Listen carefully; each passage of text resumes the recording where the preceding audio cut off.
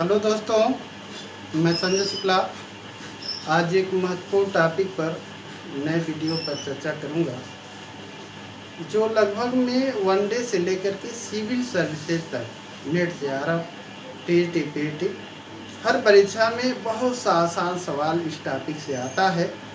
और जो आता है अगर उसको समझ लेते हैं, ध्यान दे देते हैं, तो गलत होने की कोई संभावना नहीं रहती। और इस टॉपिक से कम 5 से 6 सवाल बनते हैं और उसमें से कोई न कोई परीक्षा में कोई न कोई सवाल एक जरूर शामिल होता है, चाहे टीईटी पीईटी नेट हो, चाहे सिविल सर्विसेज हो। तो सीधे सवाल तो जो सवाल का पार्ट है उस पर हम आएंगे तो जोड़ देंगे, उसे आप जरूर ध्यान दीजिएगा। चलिए हम लोग देखते हैं। वो महत्वपूर्ण टॉपिक है दिल्ली सल्तनत, यानी जो गोरी ने भारत विजय किया तो उसने भारत की विजय अकेले नहीं कर लिया था, उसमें उसके दासों की बड़ी भूमिका थी। और जिस समय उसने भारत की विजय की उस समय ऐबक यानी जो गोरी का दास था उसने उसके कंधे से कंधा मिला करके भारत में साम्राज्य स्थापना का प्रयास किया। और वही कुतुबुद्दीन ऐबक गोरी जब मरता है तो उसके भारतीय साम्राज्य का, उत्तर भारत में जो उसका साम्राज्य स्थापित हुआ था, उस साम्राज्य का स्वामी बनता है। लेकिन गोरी जैसे साम्राज्य विस्तार में ही व्यस्त रहा, भारत में शासन प्रशासन को व्यवस्थित नहीं कर पाया, सत्ता को सुदृढ़ीकरण नहीं कर पाया। उसी तरह हम देखेंगे कि ऐबक के साथ भी कामोबेश ऐसी ही स्थितियां बनी रहती हैं और 4 सालों तक वो शासन करता है, 1206 से 1210 तक। और सत्ता के सुदृढ़ीकरण के प्रयास में ही उसकी मृत्यु हो जाती है। और इसी कहानी को हम लोग इस वीडियो में देखेंगे कि ऐबक कौन है और ऐबक से किस तरह सवाल बनते हैं और किस तरह उसने भारत में तुर्की जो साम्राज्य है उसका सुदृढ़ीकरण करता है। इसीलिए दिल्ली सल्तनत की अगर नींव रखने की बात आती है तो दिल्ली सल्तनत की नींव गोरी ने भारत विजय भले ही किया, लेकिन वह गोर का शासक था, यानी वो गजनी का शासक था। इसीलिए उसे भारत में जो तुर्की साम्राज्य है उसका संस्थापक नहीं माना जाता, क्योंकि वह गजनी का शासक था और गजनी से रह करके भारत पर शासन करता था।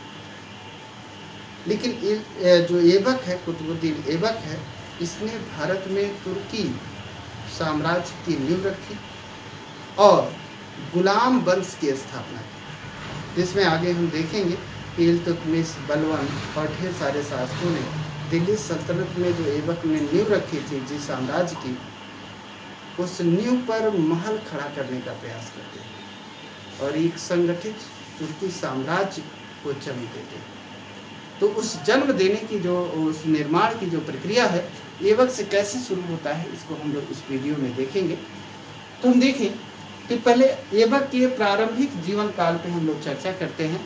तो ऐबक के प्रारंभिक जीवन काल के बारे में कोई खास जानकारी नहीं मिलती। इतना है कि जो इसका प्रारंभिक जीवन है, यानी ये तुर्किस्तान का निवासी है। यहाँ पर देखिए कि ये तुर्किस्तान का निवासी है और तुर्क है, ये भी इसमें भी कोई शक नहीं है, ये तुर्की जात का है और तुर्किस्तान का निवासी है।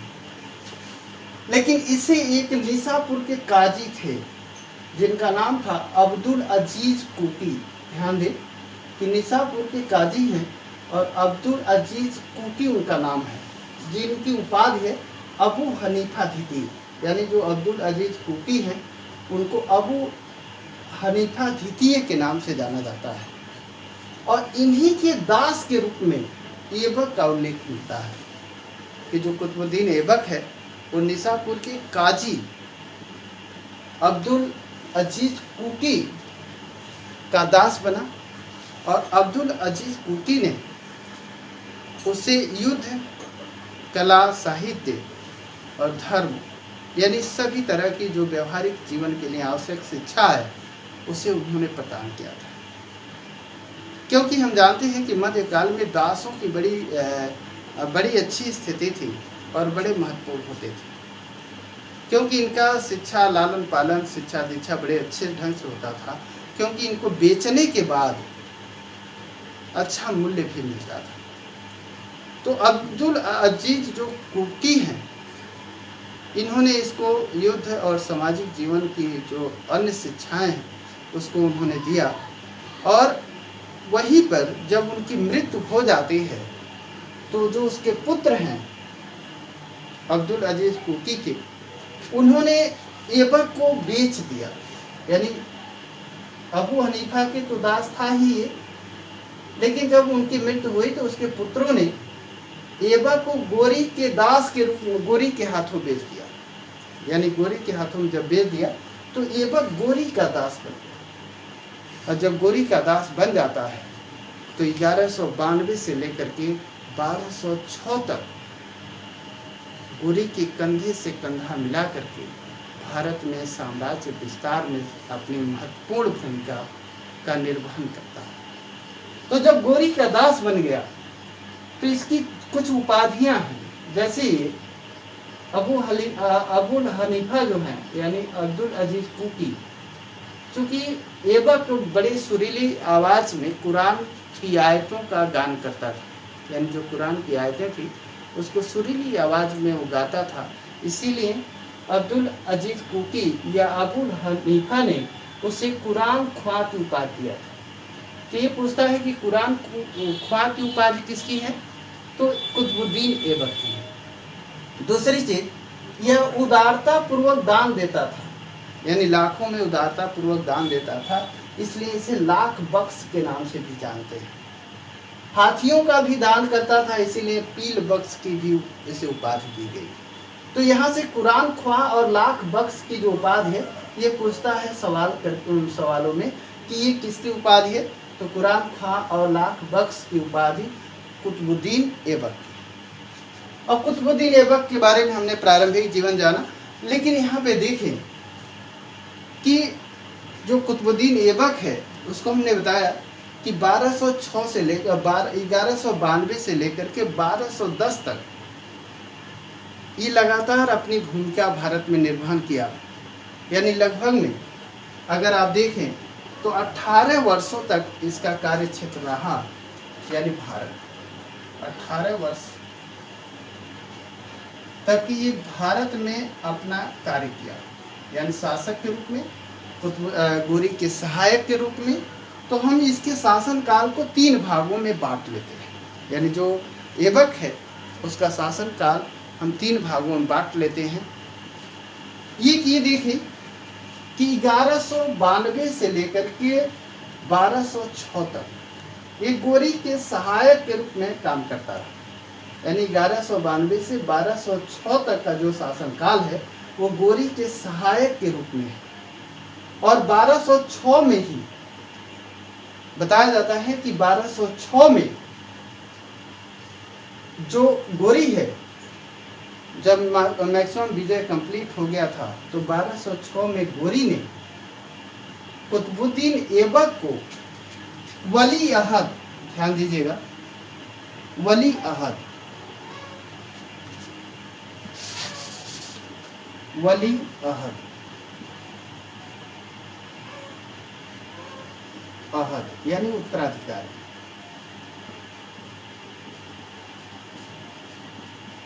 जो भारतीय प्रदेश हैं, गोरी के जो भारतीय प्रदेश हैं, उन भारतीय प्रदेशों का गोरी ने कुतुबुद्दीन ऐबक को 1206 में वली अहद यानी उत्तराधिकारी नियुक्त किया, यानी 1206 में। ये ध्यान दीजिएगा कि जो वली अहद का पद है यानी उत्तराधिकारी का जो पद है वह कुतुबुद्दीन ऐबक को 1206 में गोरी ने प्रदान किया कि जो भारत में जो विजय हैं उसको सुदृढ़ करें, यहाँ जो व्यवस्था है उसका संचालन करें।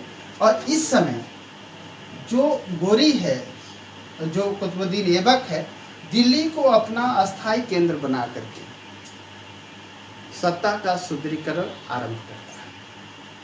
संजोगवश 1206 में ही गोरी की मृत्यु हो जाती है, यानी यहाँ पे 1206 में ही गोरी की मृत्यु होगी। ये हमने देखा कि गोरी की 1206 में मृत्यु हो गई और 1206 में ही गोरी ने वली अहद यानी कुतुबुद्दीन ऐबक को भारतीय प्रदेशों का स्वामी नियुक्त किया, उत्तराधिकारी नियुक्त किया अपनी ओर से। अब इसी समय जब मृत्यु हो जाती है तब परिस्थितियां बदल जाती हैं। यानी जब तक गोरी जिंदा है तब तक तो वली अहद यानी उत्तराधिकारी गोरी रहता है, ऐबक कुतुबुद्दीन ऐबक रहता है भारतीय स्थित जो साम्राज्य है गोरी का। लेकिन जब गोरी मर जाता है तब स्थिति में परिवर्तन ये आता है कि गोरी के 3 बड़े दास थे। यहाँ पे ध्यान दें कि गोरी के 3 बड़े दास हैं। जब गोरी मरा तो उसके 3 बड़े दास थे, वैसे तो उसके हजारों दास थे। ध्यान दीजिए, उसी गोरी के बारे में कहा जाता है कि उससे एक बार ये पूछा गया कि इतना विशाल जो साम्राज्य है आपका और उसका आप निर्माण कर रहे हैं, लगातार विजय कर रहे हैं, तो मरने के बाद क्या होगा? क्योंकि गोरी को कोई संतान नहीं था। तो गोरी ने जवाब दिया कि अन्य राजाओं के 1 या 2 पुत्र होते हैं सुल्तानों के, लेकिन तो हमारे हजारों दास हैं और ये हजारों दास मेरे मृत्यु के बाद जब मेरे साम्राज्य के स्वामी बनेंगे तब ये अपने खुतबों में मेरे नाम को जिंदा रखेंगे। इसलिए जब गोरी मरा तो उसके जो साम्राज्य है उसका विभाजन उसके उत्तराधिकारी यानी दासों के मध्य हुआ। तो उसमें 3 महत्वपूर्ण दास थे।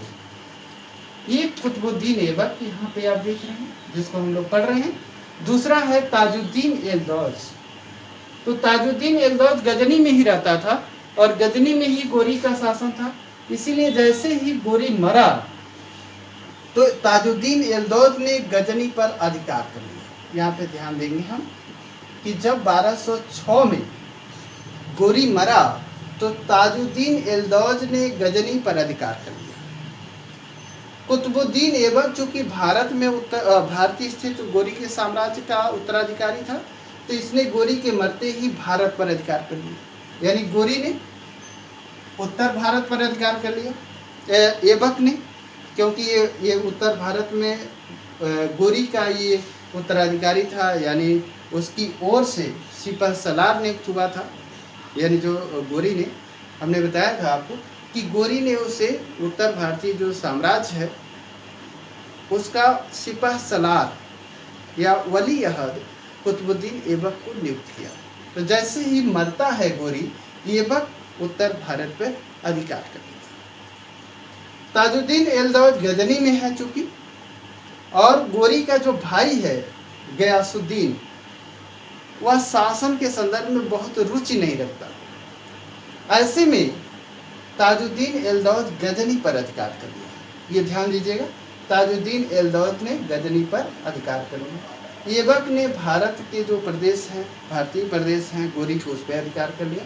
बचा नासरुद्दीन कुआचा, यानी 3 दास हुए, ऐबक, ताजुद्दीन एल्दौज और नासरुद्दीन कुआचा।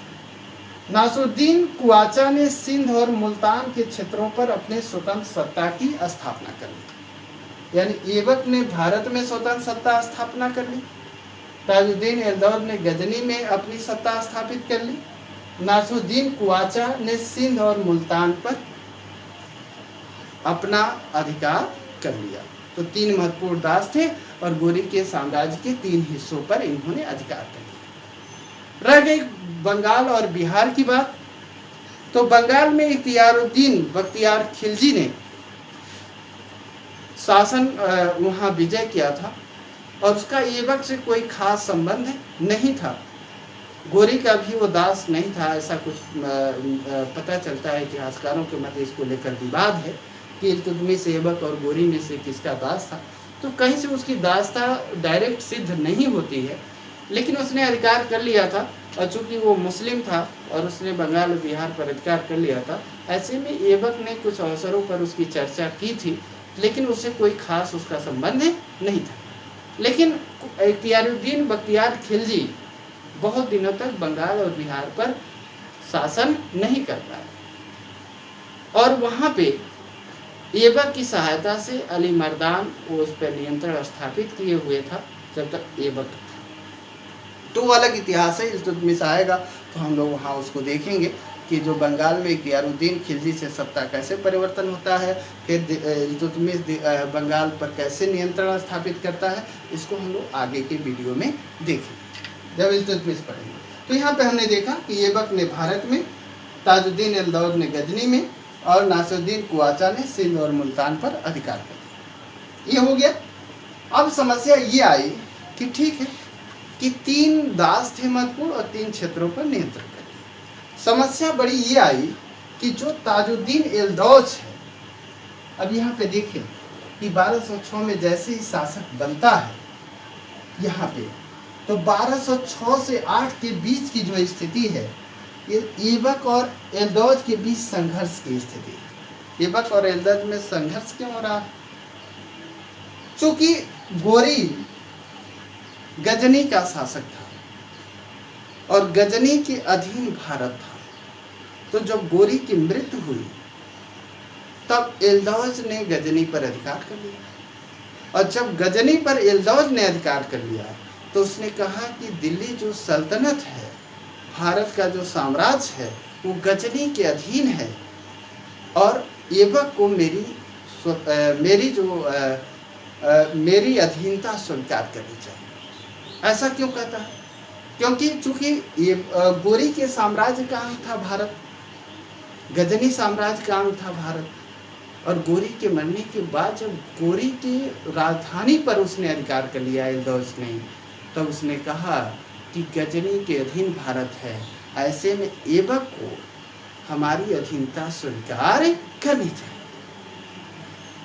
तो अब यहाँ पे थोड़ा सा परिवर्तन ये होता है कि राज्यारोहण देखें, ये संघर्ष हम थोड़ा सा आगे देखेंगे एल-दौद से, लेकिन पहले ये जाने कि 1206 में तो दिल्ली में वो रह करके गोरी के साम्राज्य की देखभाल करता था, लेकिन जब 1206 में गोरी मर गया तब ये शासक के रूप में इसका राज्यारोहण हुआ।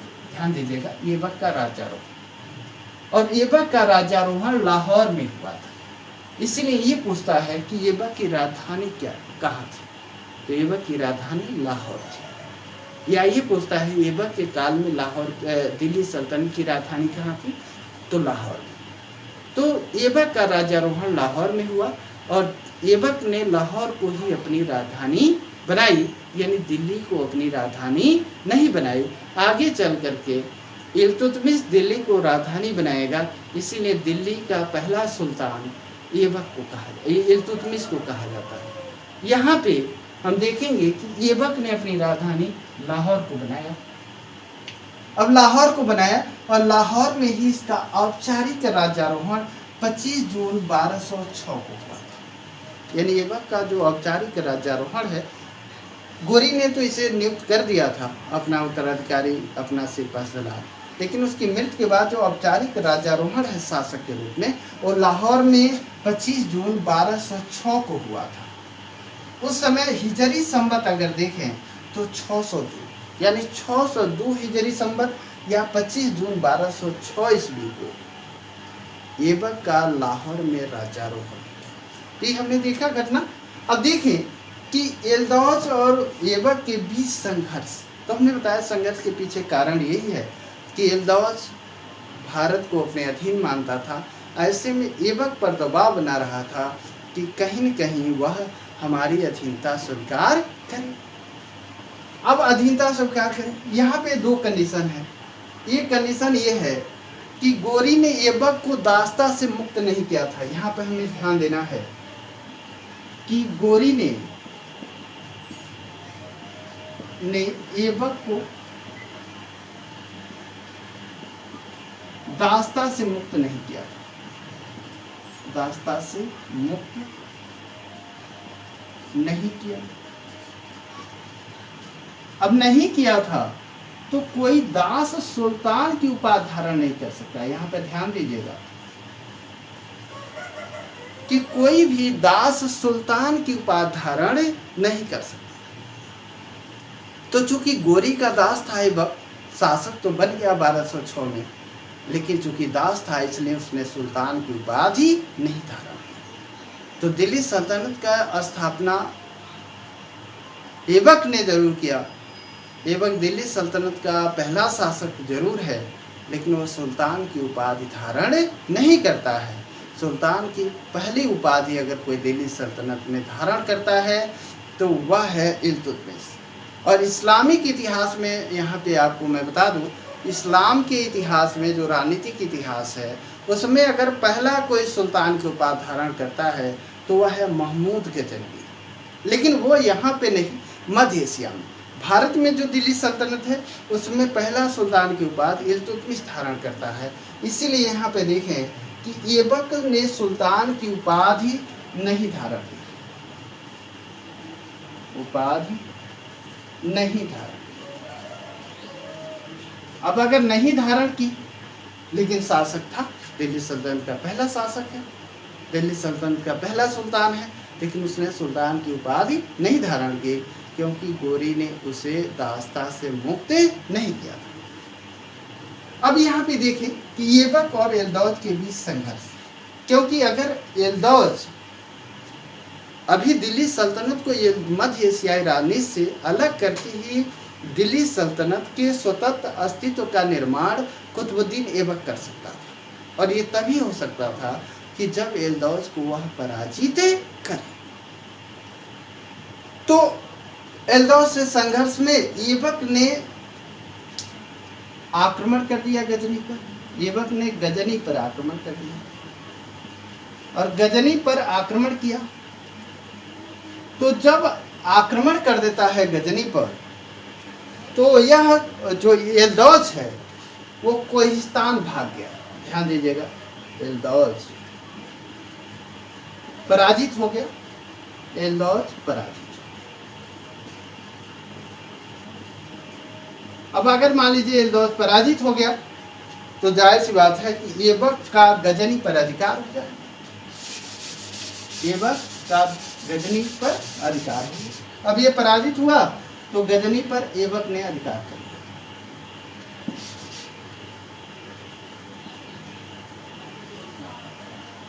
पर ऐबक ने अधिकार कर लिया।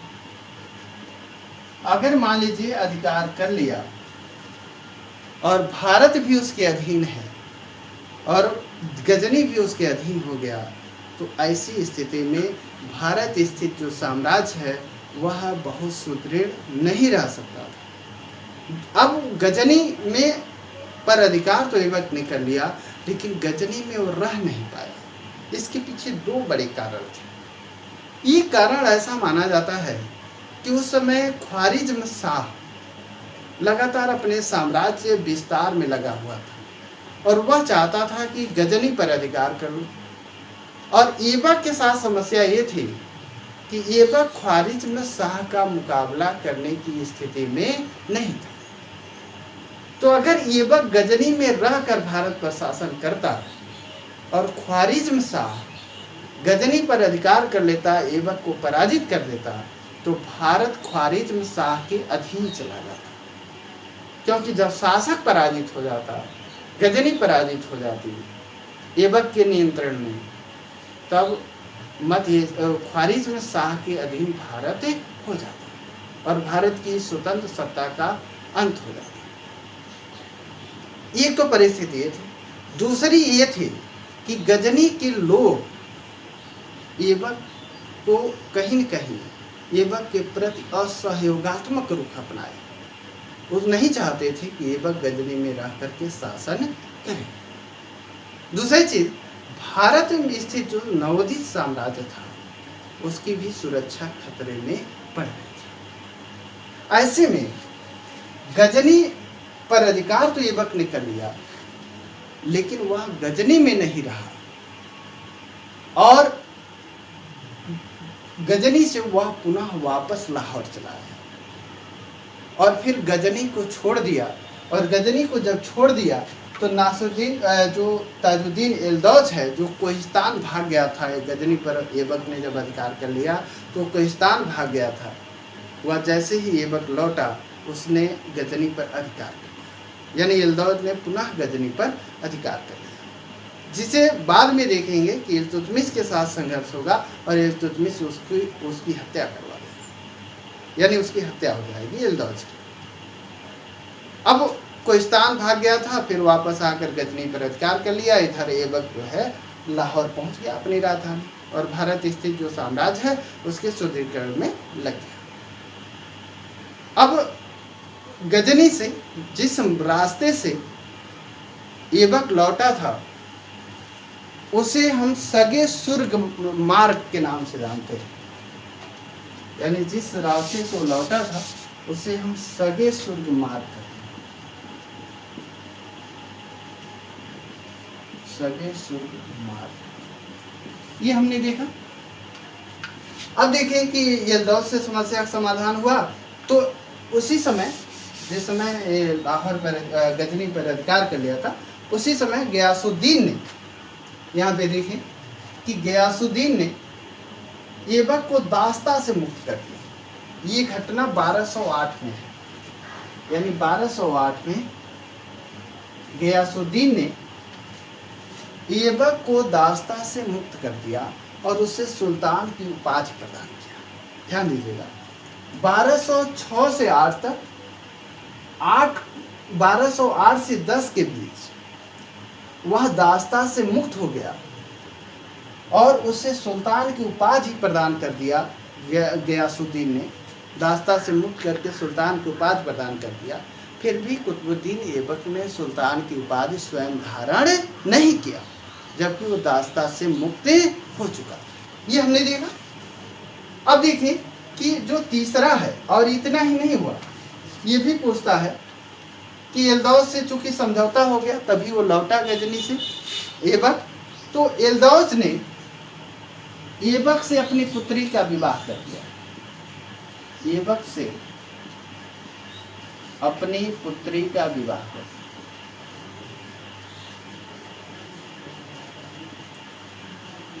यानी जो समझौता हुआ था, अब मान लीजिए विवाह कर दिया, रिश्तेदार बन गए, ऐबक लाहौर चला आया और यल्दौज गजनी पर शासन किया।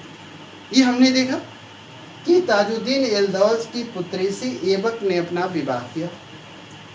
दूसरी चीज, अब बचा नासुद्दीन ख्वाजा, चूंकि 3 महत्वपूर्ण दास हैं और तीनों कहीं न कहीं एक दूसरे के विरोधी हैं, गोरी के साम्राज्य पर वो अधिकार करना चाहते हैं। तो यहाँ पे हमने देखा, अब ख्वाजा नासुद्दीन ख्वाजा जो सिंध और मुल्तान के क्षेत्रों में है, इससे वो कूटनीतिक संबंध स्थापित किया और अपनी बहन का विवाह कर दिया। यानी ऐबक ने अपनी बहन का विवाह ख्वाजा से किया। यहाँ पे ध्यान दें, ऐबक ने अपनी बहन का विवाह नासुद्दीन ख्वाजा से किया और यल्दौज की पुत्री से स्वयं अपना विवाह किया। अब देखिए कि कुछ सांस्कृतिक उपलब्धियां 1210 में चौगान खेलते समय, ये ध्यान रखेंगे हम, 1210 में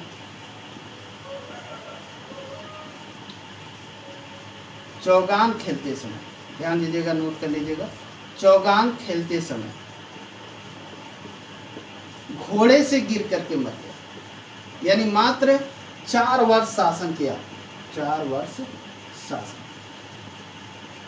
ये हमने देखा कि जो ऐबक है उसका शासनकाल 1206 से 1210 है, यानी 4 वर्ष, और वह लाहौर में चौगान खेलते समय घोड़े से गिर करके मर गया। और सांस्कृतिक उपलब्धियां देख लें, इसके दरबार में 2 महत्वपूर्ण विद्वान रहते थे। एक हसन निजामी, जिन्होंने ताजिल मासिर की रचना की थी। हसन निजामी, यानी ऐबक के दरबार में 2 महत्वपूर्ण विद्वान रहते थे। हसन निजामी, जिन्होंने ताजुल मासिर की रचना की थी, और फक्रे मुदब्बिर, इन्होंने अदाबुल हर्ब की रचना की थी। 2 पुस्तक इन लोगों ने लिखा था। अब देखिए थोड़ा सा स्थापत्य पर चर्चा कर लें। तो स्थापत्य में हम देखें कि कुतुबुद्दीन ऐबक ने दिल्ली में कुतुबत उल इस्लाम मस्जिद का निर्माण करवाया। सीधे आपसे सवाल पूछता है कि कुतुबत उल इस्लाम मस्जिद का निर्माण किसने करवाया? तो कुतुबुद्दीन ऐबक ने। अब कुतुबुद्दीन ऐबक ने जो कुब्बतुल इस्लाम मस्जिद का निर्माण करवाया, ये इस्लामिक परंपरा में, इस्लामिक रीति से दिल्ली सल्तनत में निर्मित पहली मस्जिद है। ये ध्यान देंगे, पहली मस्जिद है।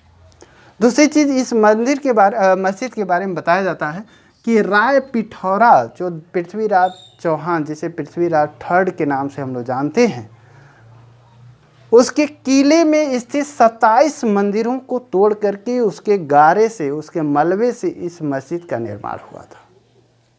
और वहीं पर कुतुब मीनार का निर्माण करवाया, यानी कुब्बतुल इस्लाम मस्जिद और कुतुब मीनार। तो कुतुब मीनार के बारे में कहा जाता है कि कुछ लोग मानते हैं कि ये बख्तियार काकी की स्मृति में बनवाया गया कुतुब मीनार। दूसरी तरफ विद्वानों की मान्यता ये है कि अजान के रूप में इसका प्रयोग करने के लिए कुतुब मीनार का निर्माण करवाया, शुरू किया। कुछ लोगों का ये मानना है कि जो तुर्की विजय है, जब भी कोई बड़ी विजय होती है तो उस विजय के प्रतीक स्वरूप कुछ न कुछ स्थापत्य का निर्माण करवाने की परंपरा बहुत पहले से रही है। तो जब दिल्ली सल्तनत की स्थापना हुई, भारत की विजय हुई, तो उस विजय के उपलक्ष्य में प्रतीक के रूप में कुतुब मीनार का निर्माण शुरू करवाया। हालांकि ये पूर्ण नहीं करवा पाया, बाद में इल्तुतमिश इसे पूर्ण करवाएगा, जो हम बाद में देखेंगे। साथ ही साथ एक महत्वपूर्ण सवाल ये भी बनता है कि 2.5 झोपड़ा मस्जिद, यानी ये जो मस्जिद है, ये अजमेर में इसका निर्माण करवाया। जो 2.5 झोपड़ा मस्जिद है, इसका निर्माण अजमेर में करवाया। और ये मस्जिद निर्मित नहीं करवाया, इसने एक संस्कृत विद्यालय, यानी संस्कृत विद्यालय को इसने मस्जिद में बदल दिया, जिसे हम 2.5 झोपड़ा मस्जिद के नाम से जानते हैं। साथ ही साथ हम ये देखें कि जो 2.5 झोपड़ा मस्जिद है, ये तो पूछता है कहाँ, तो अजमेर में है। दूसरी चीज़, ये संस्कृत विद्यालय टीजीटी पीएचडी में ये पूछता है कि ये किस विद्यालय को ये मस्जिद में बदला, तो ये संस्कृत विद्यालय था। दूसरा, ये जो विद्यालय है, इस पे एक लेख पाया गया है, यानी हरिकेली नाटक। ये देखिएगा बहुत ध्यान से, हरिकेली नाटक।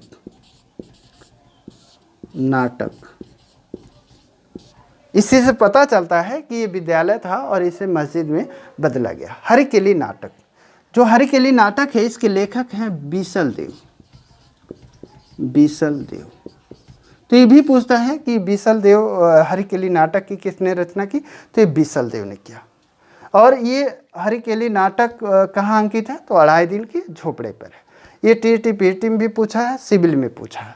थोड़ा सा हम ये जान लेते हैं कि 1210 में चूँकि ऐबक की मृत्यु हो गई, इसलिए दिल्ली सल्तनत के जो अन्य संस्थाएं हैं, चाहे मुद्रा व्यवस्था हो, सैन्य व्यवस्था हो, या अन्य जो संस्थाएं, इंस्टीट्यूशन हैं, उसका व्यवस्थित विकास नहीं कर पाया। सिर्फ वो शासन सत्ता के सुदृढ़ीकरण में, यानी जो सीमाएं हैं उसको सुरक्षित रखने में ही वो लगातार प्रयास करता रहा। 1210 में जब उसकी मृत्यु हो जाती है, तो यहाँ पे हम देखेंगे कि जब मृत्यु हो गई तो एक शासक बनता है आराम शाह, जिसका नाम है आराम शाह। तो ऐबक के काल में ये जान लें कि दिल्ली सल्तनत के 2 केंद्र हैं, यानी दिल्ली सल्तनत के 2 केंद्र। अब वो 2 केंद्र कौन से हैं, एक दिल्ली है और दूसरा लाहौर है। लाहौर। तो आराम शाह जैसे ही ऐबक मरा तो साम्राज्य की सुरक्षा के लिए वहाँ के जो अमीर थे, उन्होंने आराम शाह को शासक के रूप में स्वीकार किया। लेकिन बताया जाता है कि आराम शाह उसका पुत्र नहीं था ऐबक का, इसलिए वैध उत्तराधिकारी नहीं था और अयोग्य व्यक्ति था। और इसने मात्र 8 माह तक शासन किया था। 8 महीने तक शासन किया। तो साम्राज्य को सुदृढ़ रखने के लिए, सुरक्षित रखने के लिए वहाँ के अमीरों ने आराम शाह को लाहौर में शासक नियुक्त किया। लाहौर में शासक। अब इसे शासक बनाया, अयोग्य व्यक्ति है। और बताया जाता है कि कुतुबुद्दीन ऐबक की सिर्फ 3 पुत्रियां थीं, उसके कोई पुत्र नहीं थे। इसलिए आराम शाह ऐबक का पुत्र नहीं है। ये क्लियर है। अब लाहौर का शासक बन गया और हमने बताया कि ऐबक के काल में 2 केंद्र थे, एक दिल्ली और लाहौर। तो लाहौर में ये आराम शाह शासक बन गया और दिल्ली के जो अमीर हैं वो इसे शासक के रूप में स्वीकार नहीं किए और इल्तुतमिश को, यानी इल्तुतमिश पे हम लोग अगला टॉपिक है इल्तुतमिश को सुल्तान बनने के लिए, यानी दिल्ली की सत्ता गद्दी को प्राप्त करने के लिए आमंत्रित किया। जो बदायूं का सूबेदार था, ऐबक का दास था, पहले ऐबक का दास और दामाद रह चुका है, उसे उन्होंने दिल्ली आमंत्रित किया और उसे शासक के रूप में स्वीकार किया। और जब इल्तुतमिश ने बाद में आराम शाह को पराजित करके इसकी हत्या करवा दी और इस तरह से जो ऐबक वंश है वो समाप्त हो जाता है। आज की वीडियो में इतना ही। थैंक यू, धन्यवाद।